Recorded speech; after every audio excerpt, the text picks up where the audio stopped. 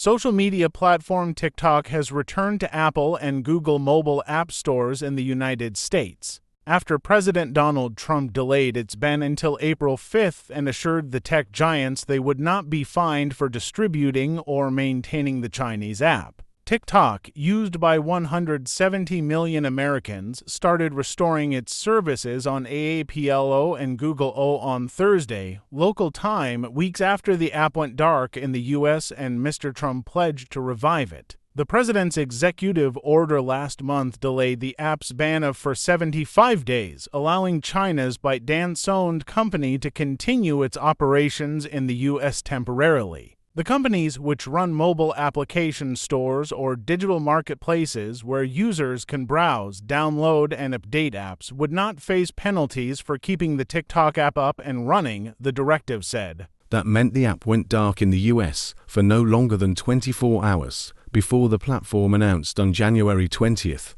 that it would be restoring its services.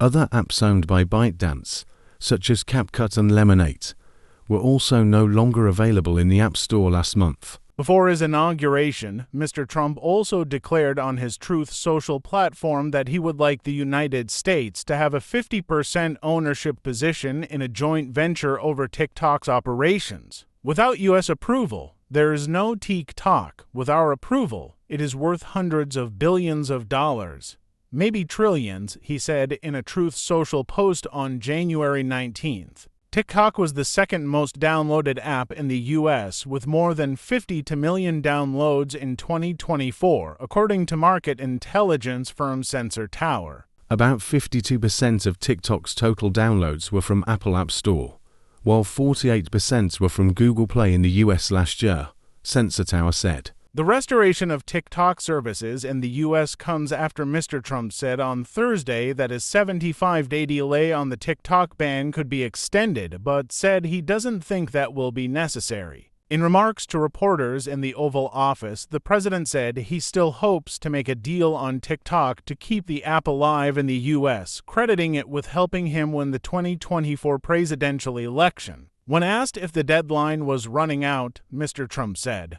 "Well, I have 90 days from about 2 weeks ago, and I'm sure it can be extended. But let's see. I don't think you'll need to." It wasn't immediately clear what the 90-day reference meant. Mr. Trump also said there were a lot of people interested in acquiring the social media company and said its image had changed since the 2024 election. He said he found the app to be fair and useful in appealing to young voters. The U.S. president said he believed Chinese President Xi Jinping would agree to approve the sale of TikTok to a U.S. buyer as it would also be in China's interest. "I'm going to make it worthwhile for China to do," he said, without giving any details. "I think it would be to China's advantage to have the deal be made." Let's take a look into why TikTok was banned in the U.S.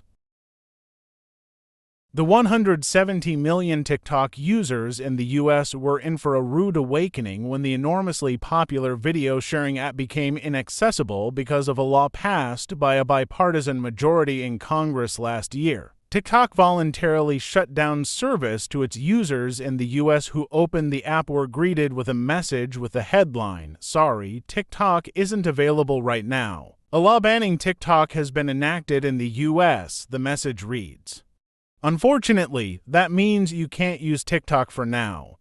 We are fortunate that President Trump has indicated that he will work with us on a solution to reinstate TikTok once he takes office." TikTok was also no longer available in the Apple or Google Play stores. Lawmakers and U.S. officials have sounded the alarm for years about the supposed risks that TikTok's ties to China pose to national security, and Congress moved last year to force TikTok's Chinese parent company, ByteDance, to sell its stake in the app or be cut off from the U.S. market. The law gave the company a deadline of January 19th, one day before a new president would take office. The Biden White House left enforcement of the law to the incoming Trump administration, and President-elect Donald Trump has vowed to save the app. Trump told NBC News he was considering an option to extend the deadline for the law to go into effect. The law allows the president, under some circumstances, to grant a one-time extension of up to 90 days regarding the date when the law goes into effect. TikTok had hinted it would take itself offline, a move that leaves content creators and users in the lurch as the company seeks a way to get back on firm legal footing. TikTok said that the Biden administration had failed to provide the necessary clarity and assurance to the service providers that are integral to maintaining TikTok's availability to over 170 million Americans. Unless the Biden administration immediately provides a definitive statement to satisfy the most critical service providers assuring non-enforcement, unfortunately TikTok will be forced to go dark on January 19th. White House Press Secretary Karine Jean-Pierre had called TikTok's latest statement a stunt. "We have seen the most recent statement from TikTok," Jean-Pierre said. "It is a stunt, and we see no reason for TikTok or other companies to take actions in the next few days before the Trump administration takes office on Monday. We have laid out our position clearly and straightforwardly. Actions to implement this law will fall to the next administration. So TikTok and other companies should take up any concerns with them." Why did Congress want to ban TikTok?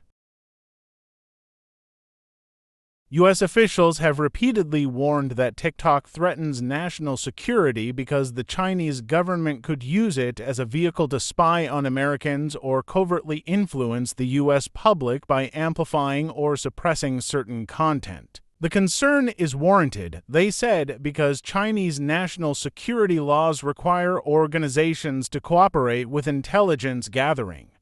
FBI Director Christopher Wray told House Intelligence Committee members last year that the Chinese government could compromise Americans' devices through the software. As the House took up the Divest-Orban law in April 2024, Representative Michael McCall, a Texas Republican, compared it to a spy balloon in Americans' phones.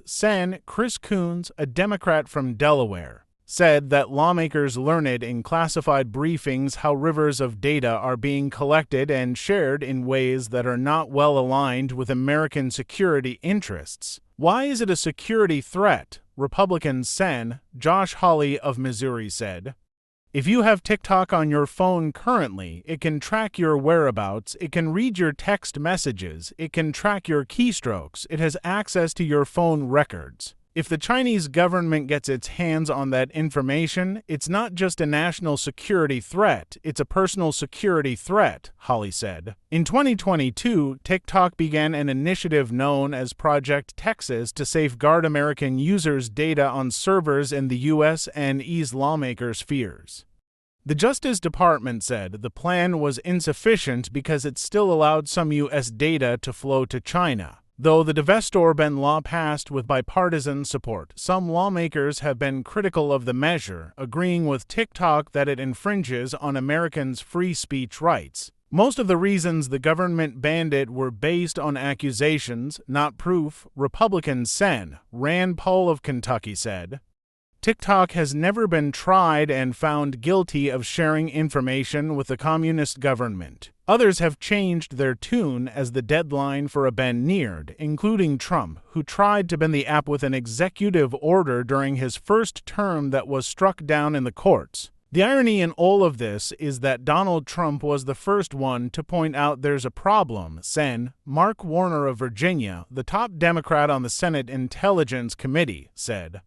Warner said the Trump administration did a great job of convincing me and overwhelming members of Congress about the risks.